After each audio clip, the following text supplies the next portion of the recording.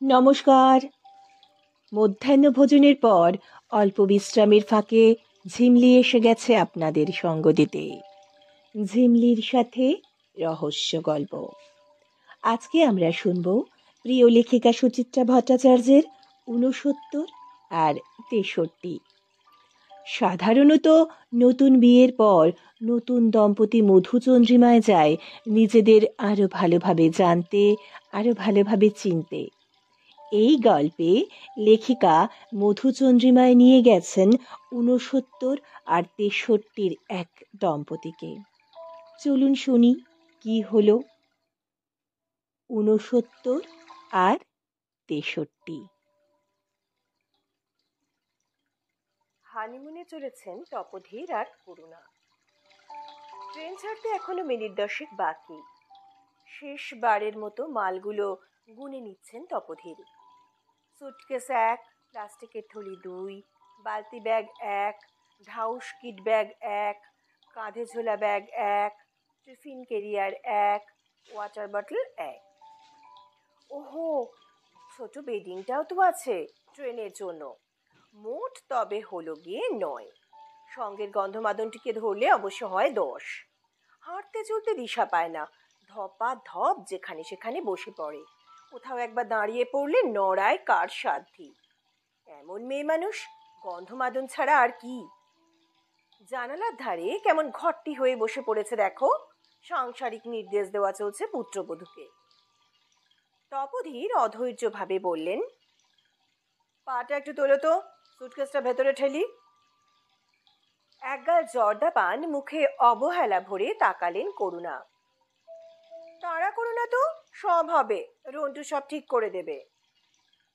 আমার তাড়া আছে, পা সরাও। চুপ করে একটু বসো তো, কাজের কথা সেরে নিতে দাও। কাজের কথা না গুষ্টির পিণ্ডি।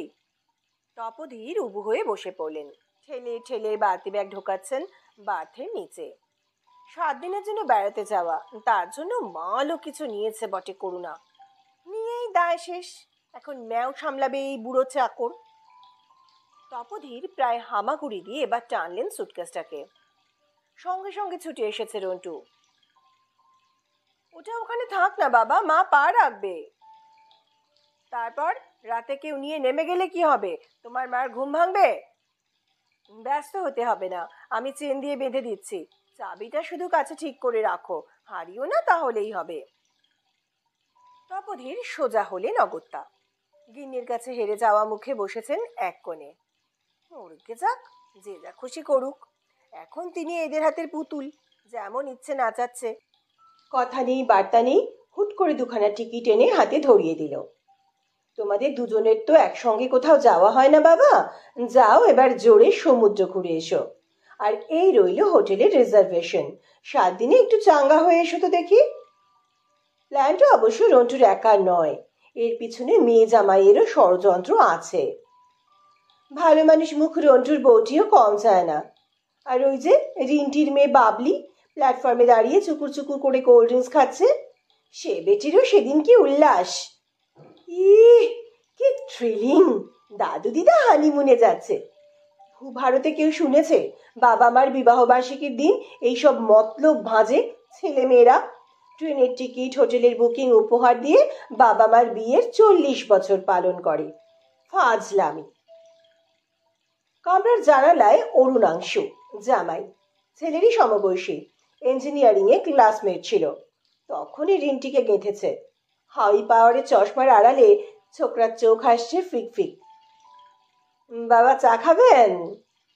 তপোধীরের তেমন কোনো নেশা নেই, তবু চায়ের নাম শুনলেই জিভ যেন একটু শুলিয়ে ওঠে। বললেন, লিকার চা হবে? রন্টুর বউ ফুট কাটলো, এখানে লিকার চা কোথায় পাবেন বাবা? থাক তাহলে, দুধ চা তোমার শাশুড়িকে দাও বরং। আমি প্ল্যাটফর্মে দাঁড়িয়ে খেয়ে নিয়েছি, নেশার জিনিস বলে কথা। সন্তর্পণে পিক ফেললেন করুণা। ট্রেন ছাড়লে একটু কফি খাবো। ধন্যি মেয়ে মানুষ, কত যে নেশা, চা, কফি, পান, জর্দা, মৌরি, সুপুরি, জোয়ান। দাঁত মাজার সময় আবার গুড়া খোঁচাই, সুযোগ পেলে বোধহয় বিড়ি সিগারেট নস্যিটাও ধরে ফেলতেন। সিগন্যাল হয়ে গেছে। বউয়ের ইশারায় রন্টু নেমে গেল কামরা থেকে। সামনে স্টল থেকে ম্যাগাজিন হাতে দৌড়ে এলো রিন্টি। তপোধীরের হাতে পৌঁছানোর আগে করুণা খপ করে নিয়ে নিলেন পত্রিকাটি। একগাল হাসিতে মুখ ভরে গেল। ও মা, এ যে দেখি শচীনের ছবি। তপোধীর সরু চোখে তাকালেন। তুমি আবার শচীনকে কবে থেকে চিনলে? আমি সবাইকে চিনি, শচীন, আজাহার, মঙ্গিয়া, শ্রীনাথ, তারপর আমাদের ওই ছেলেটা সৌরভ গো, আহা কি মিষ্টি মুখখানা। এই করেই তো দেশের ক্রিকেটটা ডুবলো। যত মূর্খের দল এখন খেলার সমজদার হয়েছে। তপোধীর ভিংচে উঠলেন। আহা কি মিষ্টি মুখখানা। হ্যাঁ, এই মূর্খ মূর্খ করবে না তো। মেয়েরা কি খেলা বোঝে না? গালি, third man, mid on, mid of সব নাম আমি জানি। এই তো সেদিন রাহুল স্লিপে কি সুন্দর একটা ক্যাচ ধরলো। থাক, নাতি নাতনির মুখের ঝাল খেয়ে আর বিদ্যা ফলাতে হবে না। ট্রেন তুলে উঠল। রিন্টি জানালা দিয়ে হাত গলিয়ে ছুঁলো মাকে। সাবধানে যেও, দুজনে যেন সারাক্ষণ লড়াই করো না। আমাকে বলছিস কেন? তোর বাবাকে বলে দে। বাবা, তুমি কিন্তু একদম মাথা গরম করবে না। তপোধীর জবাব দিলেন না। প্ল্যাটফর্ম সরে যাচ্ছে ধীরে ধীরে। সরে যাচ্ছে কোলাহল। সরে যাচ্ছে ছেলে মেয়ে, পুত্রবধূ, জামাই নাতনি। হাত নাড়ছে। রন্টুর গলা উড়ে এলো। কেসটা বোধহয় খারাপ হয়ে গেল রে। পুরীর সি বিচে না দুটো লাশ পড়ে থাকে, স্কন্ধ কাটা। তপোধীর গুম হয়ে গেলেন। সবে যখন জানা তখন জোর করে পাঠানোর কি দরকার ছিল? কেন যে টিকিট দুটো কুচিয়ে ফেলেনি তপোধীর? Train car shed পেরোলো।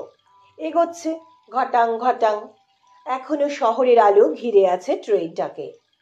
তপোধীরের কূপের মাঝবয়সী লোকটি লুঙ্গি তোয়ালে কাঁধে ফেলে বাথরুমের দিকে এগোলো। সামনে 3 যুবক, সম্ভবত সেলসে চাকরি করে, উচ্চ স্বরে গল্প জুড়েছে। উল্টো দিকে 2 জানালায় 2জন খ্রিস্টান সন্ন্যাসিনী ভাবলেশীন মুখে বাইরে তাকিয়ে। সব প্যাসেঞ্জার এখনো থিতু হয়নি, অনেকেই ঘুরছে এদিক ওদিক। পাশের কূপে 2টো বাচ্চা কাউমাউ করে ঝগড়া করছে। যে দঙ্গলটা একটু আগেও এ জায়গাটা বোঝাই করে রেখেছিল, বোধহয় তাদেরই কেউ। অসহ্য। করুণা হাতের ম্যাগাজিন তপোধীরের কোলে ফেলে দিলেন। ছোট্ট একটা হাই তুলে বললেন, সকালে কটায় ঠিক আমরা পৌঁছবো গো? তপোধীর বিরক্তির সঙ্গে উত্তর দিলেন, আমি ট্রেনের টাইম টেবিল নই, বলতে পারবো না। সে তো জানি, তুমি হলে গিয়ে খাওয়ার টাইম টেবিল। 7:30টায় এই চাই, 9টায় এই চাই, 12:15টায় এই চাই। দাও কেন, না দিলেই পারো। ওখানে গিয়ে দেবো না। তোমার এই 4:45 মুসুম্বি, 5:15 ছানা, ওসব তুমি নিজে জোগাড় করবে। ভয় দেখাচ্ছ? না, বলে দিচ্ছি, বেড়াতে গিয়ে আমাকে দিয়ে খিদমত খাটাবে, ওটি হবে না। তাহলে করবে কি সারাদিন? ভোস ভোস নাক ডাকিয়ে ঘুমাবে? মোটেই না, ঘুরবো ফিরবো, সকাল বিকেল প্রাণ ভরে জগন্নাথ দেবকে দর্শন করব। ছেলে মেয়ের দয়ায় সুযোগটা যখন এসে গেল। একেই বলে নেমো খারাপ। বিয়ের সময় ক টাকাই বা মাইনে ছিল তপোধীরের, যে বছর বছর বউকে নিয়ে বেড়াতে বেরোবেন? করতেন তো কলেজের মাস্টারি, শাকুল্লে পেতেন 150 টাকা। নুন আনতে পান্তা ফুরিয়ে যেত। তারপর যখন মাইনে টাইনে বাড়লো, তখন ছেলে মেয়ের পড়াশুনো নিয়ে হিমশিম দশা। তার মধ্যেও কি বউ ছেলে মেয়ে নিয়ে বেরোননি 2-4 বার? এই পুরীতেই তো গিয়েছিলেন বছর 20 আগে। কপাল খারাপ, পৌঁছে রিন্টির ধুম জ্বর। কোথাও বেরোনো হলো না, সমুদ্রে নামা হলো না, শুধু হোটেল আর ডাক্তারখানা। তাও মেয়ের জ্বর কমার পর একদিন সবাইকে নিয়ে কন্ডাক্টেড ট্যুরে বেরিয়েছিলেন তপোধীর। কোনারক, ভুবনেশ্বর, উদয়গিরি, খণ্ডগিরি, নন্দনকানন। ফেরার দিন সকালে জগন্নাথ মন্দিরে পুজো দেওয়াও হয়েছিল করুণার। সেসব কথা কি করুণা ভুলে গেছেন? তপোধীরের ঈষৎ অভিমান হলো। ভার গলায় বললেন, হ্যাঁ, ছেলে মেয়েই তো তোমায় ঘোরাচ্ছে জীবনভর। ঘোরাচ্ছেই তো। মেয়ে জামাই নিয়ে গেল বলে তবু কেদারবদ্রী দর্শন হলো। ছেলের কল্যাণে তিরুপতি কন্যাকুমারিকা। হ্যাঁ, তার আগে তো জীবনভর তুমি ঘরেই বন্দি থেকেছো। ছিলামই তো। ধর্মের মধ্যে কমও একবার পুরী, একবার দার্জিলিং, আর একবার সিমলা। তারপর থেকে তো শুধু ঘাটশিলা আর শিমুলতলা, শিমুলতলা আর ঘাটশিলা। তুমি একটি 1 নম্বরের মিথ্যেবাদী। রিটায়ারমেন্টের আগে এই পুরী যাওয়ার জন্য তোমাকে দুবার সেধেছিলাম আমি। টোয়াইস। মনে পড়ে? হবে হয়তো। করুণা অবলীলায় একটি জর্দা মুখে ছুড়লেন। আমার শুধু মনে পড়ে তোমার সঙ্গে একবার জগন্নাথ মন্দিরে গিয়ে আমার খুব শিক্ষা হয়েছিল। গরুর মতো হেট হেট করতে করতে মন্দিরে ঢোকালে আর পাঁচন বাড়ি দিতে দিতে বার করলে। শুধু ফেরার ট্রেনের তাড়া ছিল বলে, চটপট বলে উঠলেন তপোধীর। ট্রেন কিন্তু ছিল সন্ধেবেলা। তপোধীর অপ্রতিভ মুখে হাসলেন একটু। সে কথা এখনো মনে পুষে রেখেছ? করুণার গাল ফুলল। আমার সব মনে থাকে, কিছু ভুলি না। তপোধীর চুপ মেরে গেলেন, আর চোখে একবার সহযাত্রীদের দেখলেন, একবার স্ত্রীকে। ওই গোলগাল ফর্সা মুখ, পুতুল পুতুল চোখের মহিলাটিকে 40 বছরেও ঠিক চেনা গেল না। কত দরকারি কথা অনায়াসে ভুলে যায়, অথচ 20 বছর আগের তুচ্ছ স্মৃতিও যত্ন করে সাজিয়ে রাখে মনে। কেন যে এমন হয়? শহরতলি পার হয়ে ট্রেনের গতি বেড়েছে। দুদিকে এখন জমজমাট অন্ধকার, মাঝে মাঝে অস্পষ্ট আলোর ফুটকি। মাঝবয়সী লোকটি লুঙ্গি শোভিত উঠে পড়েছে উপরের বার্থে, এখন শোয়ার তোড়জোড় করছে। দুই সন্ন্যাসিনীও শোয়ার সিট জোড়া লাগিয়ে নিয়েছে, মুখোমুখি বসে কথা বলছে। 3 যুবকের একজন তপোধীরের পাশে এসে বসল। হাঁটুতে ব্রিফকেস রেখে 3 সঙ্গী তোড়জোড় করছে তাস খেলার। তপোধীর একটু সরে এলেন করুণার দিকে। শেষ ফাগুনের বাতাস হুহু ঢুকছে জানালা দিয়ে। ঠান্ডা হাওয়া, তবে কামড় নেই, ভারী নরম, মিঠে। কফিওয়ালা এসে হেঁকে গেল। হেঁকে হেঁকে কানের পোকা নাড়িয়ে দিচ্ছে। তপোধীর গলাতে চাইলেন করুণাকে। কফি খাবে না? করুণার চোখ জানালার বাইরে ঘুরলেন, গুমগুমে স্বরে বললেন, থাক। থাকবে কেন, খাও না, বলেই কফিওয়ালার দিকে অর্ডার ছুড়েছেন তপোধীর। 2টো কফি দাও দেখি, একটাতে দুধ একটু কম। দুধ তো আমাদের মেশানোই থাকে দাদু। ঠিক আছে, তবে তাই দাও। তুমি এখন কফি খাবে নাকি? করুণার ভুরু কপালে জড়ো। তোমার না কফি খেলে রাত্রিরে ঘুম হয় না? একদিন কিছু হবে না। না, এরপর কাল সকাল থেকেই তো বুক জ্বালা, অম্বল এসব শুরু হবে। সকালের ভাবনা সকালে। কাগজের গ্লাস করুণার দিকে এগিয়ে দিলেন তপোধীর, নিজেরটাও নিলেন, চুমুক দিচ্ছেন। একটু ঝুঁকলেন স্ত্রীর দিকে। যুবকদের কান বাঁচিয়ে নিচু গলায় বললেন, একটা রাত না হয় নাই ঘুমোলাম। হঠাৎ এমন বদ খেয়াল? আমাদের তো আর আগে হানিমুন হয়নি। ছেলে মেয়েরা যখন পাঠালোই, তখন নয় আজ রাত থেকেই। কামো, সকালবেলা যদি বলো ঘুম হয়নি বলে পেটে গ্যাস হয়েছে, তখন কিন্তু আমি তোমার ধুরধুরি নেড়ে দেব। কফির গ্লাস বাইরে হাওয়ায় ছুড়ে দিলেন তপোধীর। 2 হাতের বুড়ো আঙুল দেখালেন স্ত্রীকে। আমার কাঁচকলা হবে, গিয়েই একটা এমন সমুদ্রে স্নান করব, শরীরটা তর হয়ে যাবে। সে কি, তুমি সমুদ্রে নামবে নাকি? তাহলে আর পুরী যাওয়া কিসের জন্য? আবার গলা নামালেন তপোধীর। কেন, তুমি নামবে না? মরে গেলেও না? করুণাও ফিসফিস করছেন। জলে নামলে কাপড় চোপড় ঠিক থাকে না। মনে নেই সেবার দীঘায় গিয়ে কি অবস্থা? বাবলি হেসে লুটোপুটি খাচ্ছিল। ও, এই কথা, তার ব্যবস্থা হয়ে যাবে। কি হবে শুনি? আমার সব খেয়াল থাকে, তোমার জন্য একটা এক্সট্রা আন্ডারওয়্যার এনেছি। আমি আন্ডারওয়্যার পরে সমুদ্রে নামবো? বিস্ময়ে কথাগুলো ঠিকরে এলো করুণার গলা থেকে। তোমার কি ভীমরতি ধরেছি? 3 যুবক তাস খেলতে খেলতে ট্যারচা চোখে তাকাচ্ছে, মুখ টিপে হাসছেও যেন। তপোধীরের লোমওয়ালা বড় বড় কান লাল হয়ে গেল। মিনমিনে কিন্তু মরিয়া স্বরে বললেন, অসুবিধার কি আছে, সারি সায়ার নিচে পড়বে। ছি, অতই যদি লজ্জা, তবে কারুর একটা সালোয়ার কামিজ আনলে না কেন? চুপ করো তো, পাগলের মতো কথা বলো না। করুণা কাঁধের উপর আঁচল গুছিয়ে নিলেন। তোমাকেও জলে নামতে হবে না। কেন? প্রেশারের রুগী সমুদ্রে নামবে কি? কালকেই আমি প্রেশার চেক করিয়ে এসেছি, ওষুধও আছে সঙ্গে। থাকুক, রন্টু আমাকে পই পই করে বারণ করে দিয়েছে বাবা যেন নুন জলে না নামে। বললেই হলো, রন্টু কি আমার গার্জেন? তপোধীরের গলায় ঝাঁঝ ফিরে এলো। দেখাশোনা যখন করে তখন গার্জেন তো বটেই। এই করে করে তো ছেলেকে মাথায় তুলেছ, বাপ কেয়ার করে না। অমানিটা কি করেছে শুনি? করেনি, ওইটুকু ছেলেকে পই পই করে হোস্টেলে পাঠাতে বারণ করলাম। হোস্টেলে না পাঠালে কি ছেলে মানুষ হয় না? তা ওদের ছেলে ওরা যা খুশি তাই করেছে, তোমার কি? আমার শরীর নিয়েও আমি যা খুশি করব, জলে নামবো। নেমে দেখো, আমি পরের ট্রেনেই কলকাতা ফিরে যাব। অসহায় ক্ষোভে দাঁত কিরমির করলেন তপোধীর। করুণা সব পারেন, বপুতেই শুধু গন্ধমাদন নয়, তার মতটিও নড়ানো বড় কঠিন কাজ।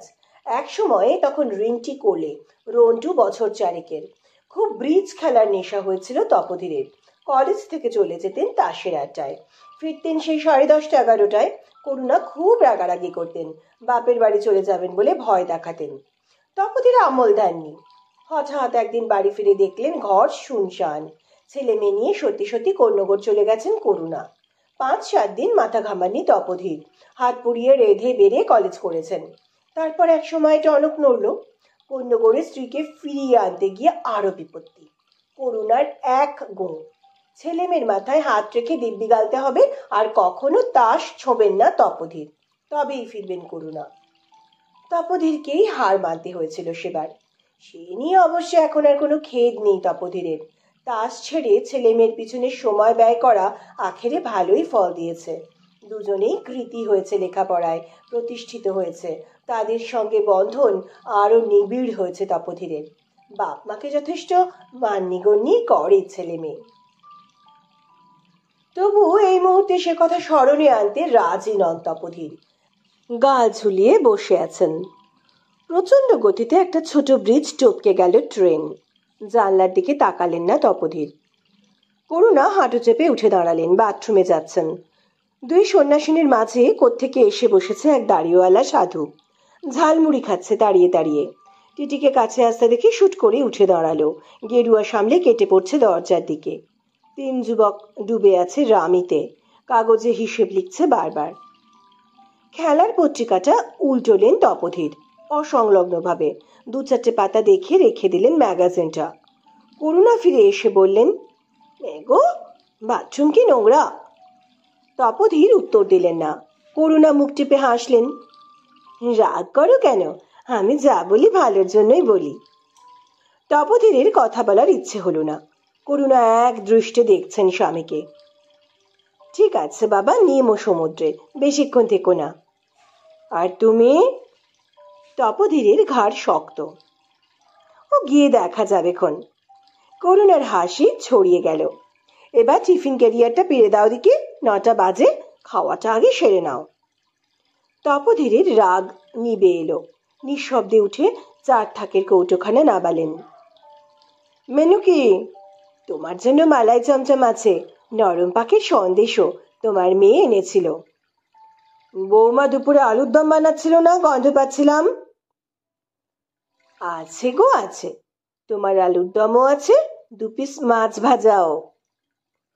তুমি মাছ ভাজা ভালোবাসো, দুটো তুমিই খাও, আমাকে খালি লুচি আলুর দম দিলেই হবে। লুচি কোথায় পাবো? পাবে মানে? রিন্টি আর বৌমা যে তখন লুচি ভাজছিল। সে তো ওদের জন্য, আমাদের জন্য ওরা নরম করে রুটি বানিয়ে দিয়েছে। লুচি দেয়নি? তপোধীর প্রায় আর্তনাদ করে উঠলেন। অমন করো কেন, তোমার না ভাজাভুজি খাওয়া বারণ? ঠান্ডা লুচি খেলে তুমি হজম করতে পারতে। টিফিন কৌটো ঢাকনা খুললেন করুণা। বৌমা দিতে চেয়েছিল, আমিই বারণ করেছি। তপোধীর রাগ করতেও ভুলে গেলেন, বিড়বিড় করে বললেন, শিরে হইল সর্পাঘাত, তাগা বান্ধি কোথা। বউই যদি শত্রু হয়, দুধ নেই কিছু নেই, আমি রুটি চিবোতে পারবো না।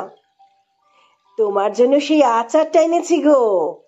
করুণা যেন শিশুকে বোলাচ্ছেন, সেই যে গো মিক্সড পিকল, তুমি ভালোবাসে বলে সেলস গার্লের কাছ থেকে কিনেছিলাম। ট্রেনের গতি কমছে, খড়গপুর এসে গেল। ভেন্ডাররা জানলায় খাবার হাঁকছে। ছেলে তিনটে তাস বন্ধ করে পুরি তরকারির হুকুম ছুড়ল। ওপারের বার্থের লোকটা তরতরিয়ে নেমে চলে গেল প্ল্যাটফর্মে। দুই সন্ন্যাসিনী উদাসীন স্বরে ডিমোলাকে ডাকছে। তপোধীরও উঠে জানালায় গেলেন। এই, আমাকে দুটো বয়েলড এগ দাও তো। টিফিন ক্যারিয়ার পাশে রেখে বাবু হয়ে বসেছেন করুণা। ঝুলি থেকে প্লেট বার করছেন, গ্লাস বার করেছেন, আলুর দম তুলছেন চামচ দিয়ে। অবাক মুখে বললেন, তুমি এখন ডিম খাবে? খাবো। এই, দুটো ডিমের দাম কত? আমি কিন্তু খাবো না। খেও না, আমি একাই খাবো। আর সারা রাত বেলুনের মতো ফুলবে। করুণার চোখ থমথমে। নুন ছাড়া খাবে কিন্তু। সব ব্যাপারে হুকুম ফলাবে না, আমি দুটোই খাবো, উইথ সল্ট। কচকচ করে ডিম সেদ্ধ চিবোচ্ছেন তপোধীর, নুন মাখিয়ে, করুণাকে দেখিয়ে দেখিয়ে। তীব্র চোখে তাকিয়ে আছেন করুণা, সেদিকে এতটুকু ভ্রুক্ষেপ নেই তার। ট্রেন ছাড়ল। তিন যুবক খাওয়া সেরে মৌজ করে সিগারেট ধরিয়েছে। ধোঁয়া পাক খাচ্ছে কূপে। মাঝবয়সী লোকটা 8 ডজন কলা হাতে পাকা মাদারির মতো টঙে উঠে গেল। খ্রিস্টান সন্ন্যাসিনীরাও রাত ঘুমের নিরাসক্ত তোড়জোড় চালাচ্ছে। বাতাসে ঠান্ডা ভাব বেড়েছে সামান্য, এমন কিছু বেশি নয়। বাথরুম সেরে ধুতি বদলে লুঙ্গি পরে এলেন তপোধীর। করুণা ইতিমধ্যেই 3 যুবকের সঙ্গে ভাব জমিয়ে ফেলেছেন, তাদের হাঁড়ির খবর বার করছেন টেনে টেনে। তপোধীর গিন্নির মেজাজটা পড়ার চেষ্টা করলেন। একটু খোশামদে সুরে বললেন, তোমার চাদর বার করে দিই। করুণা শুনেও শুনলেন না। তপোধীর আবার বললেন, সুতির চাদরটা বার করব? না। বাপস, কি তেজ গলায়! তপোধীর মুখ হাসি হাসি রাখারই চেষ্টা করলেন। জানালাটা বন্ধ করে দাও না। কেন? কেন আবার কি, তোমার ঠান্ডা লেগে যাবে। জানালা বন্ধ করলে আমার গরম লাগবে। এরই নাম বাতি, ইনি আবার অন্যের পেছনে লাগেন। তপোধীর গার্জেনের গলায় বললেন, রাতের ট্রেনে কারুর গরম লাগে না, আমার লাগে। শুনলে পাগলেও হাসবে। স্ত্রীকে টপকে ঝুপ করে কাঁচ নামিয়ে দিলেন তপোধীর, দুটো জানালারই। হাত ঝাড়তে ঝাড়তে বললেন, একটু গরম লাগুক, কদিন আগেই গলা ব্যথা হয়েছিল, সে খেয়াল আছে? করুণা বিশেষ পাত্তা দিলেন না। আবার গল্প জুড়েছেন সামনের ছেলেটির সঙ্গে। ভাঁজ করা ধুতি কিট ব্যাগের উপর রেখে পাশে চেন খুললেন তপোধীর। হাত রাখছেন। আমার প্রেশারের বড়িগুলো গেল কোথায়? যেখানে রেখেছিলে সেখানেই আছে। করুণার উদাস জবাব। সেখানে নেই? তাহলে ওখানে রাখোনি? বললেই হলো, আমি নিজে হাতে কিট ব্যাগে তুলেছি। এটা কি তাহলে? কোলের হ্যান্ডব্যাগ থেকে ওষুধের পাতা বার করলেন করুণা। লুকিয়ে রেখেছিলে? আমার আর খেয়ে দিয়ে কাজ নেই, তোমার ওষুধ লুকোবো? টেবিলে ফেলে এসেছিলে, আমি মনে করে নিয়ে এসেছি। বলতে বলতে ছেলে তিনটাকে শালিশি মানছেন করুণা। দেখেছো তো কি বেখেয়ালি মানুষ নিয়ে আমার ঘর করা। তৈল হাঁড়ির মতো মুখ করে ট্যাবলেট কিনলেন তপোধীর। ঢকঢক খানিকটা জল খেলেন। বেডিং খুলতে গিয়ে কি যেন মনে পড়ে গেল। হঠাৎই থামলেন। তোমার মালিশটা নিয়েছ?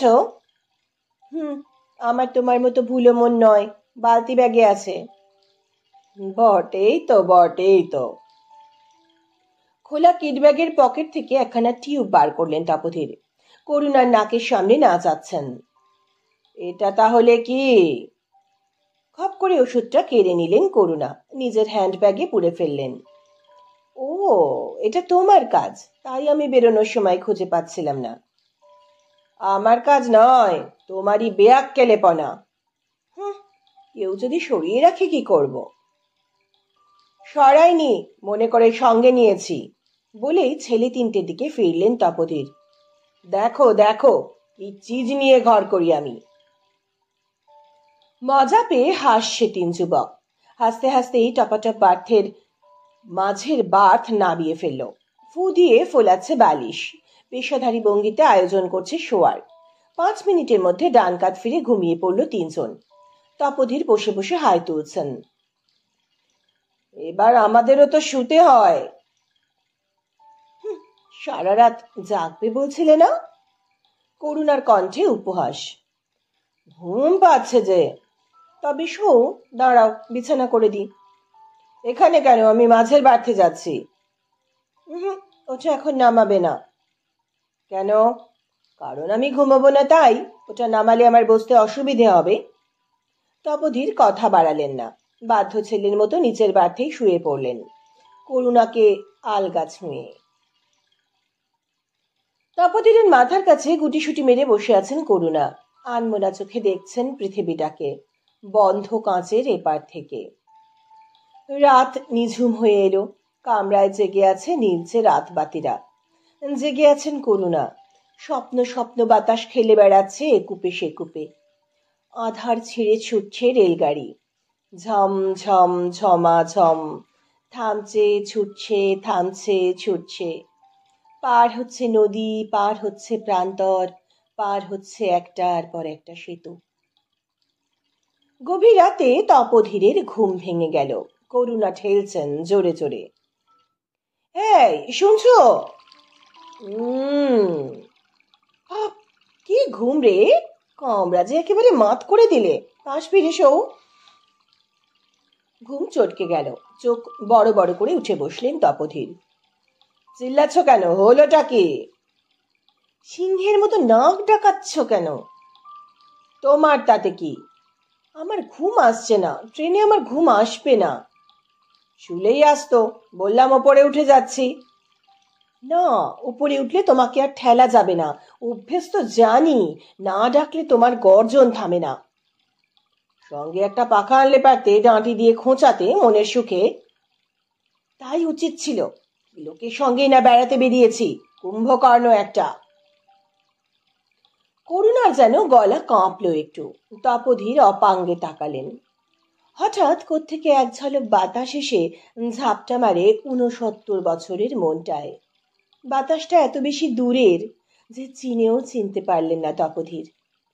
এবার একটা নদী পার হচ্ছে রাতের গাড়ি, ধীরে, অতি ধীরে। বৈতরণী নদী। এই নদী পার হলে নাকি এপারের টান কমে যায়। তপোধীর চুপটি করে বসে আছেন, করুণাও নীরব। বয়ে যাচ্ছে মৌন মুহূর্ত। এক সময় তপোধীর ফ্যাঁসে গলায় বললেন, ওয়াটার বটলটা দাও তো। করুণা জানালার কাছে মুখ ঘুরিয়ে নিলেন।